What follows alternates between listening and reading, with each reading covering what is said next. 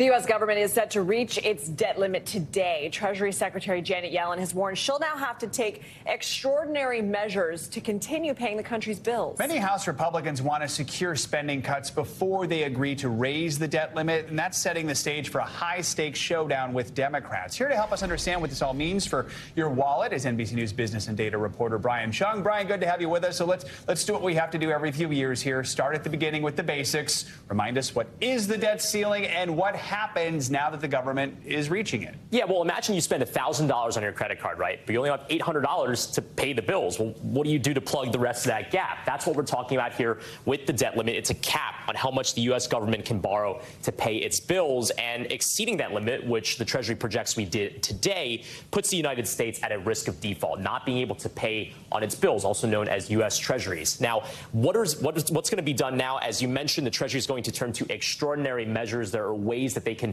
continue to keep the lights on through, the estimate is early June, so it's not necessarily a catastrophe today. We have a few months to resolve this, but we have to remember, history is on our side. Congress has moved 78 times since 1960 to resolve the debt ceiling. Hopefully the same will come of this negotiations as well. What happens if it doesn't? How does that impact the average American? Yeah, well, when it comes to what's happening with the debt ceiling, we have to remember that in theory, if the government cannot pay its bills, well, then that's going to put a lot of these social program payments at risk. So Social Security, for example, Medicare, veterans disability, food stamp programs that millions of Americans rely on.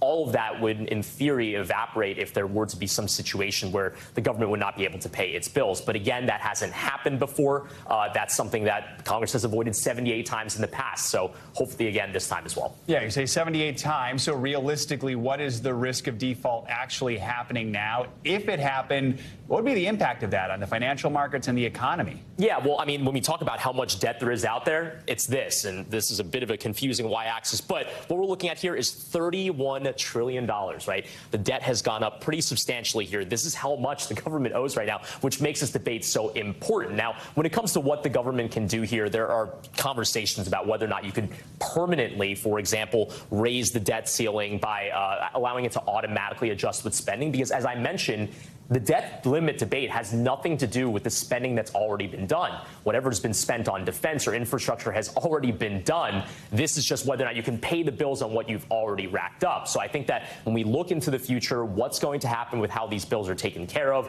the U.S. government likely to have to deal with this in the future as well. We have to remember financial markets are watching this very closely because this type of U.S. government debt, also known as U.S. Treasuries, are widely seen as the most liquid, most reliable asset in the financial system. That would really undermine the underpinnings if this were to go bust because the government can't pay its bills. All right, Brian, thank you so much. Appreciate it.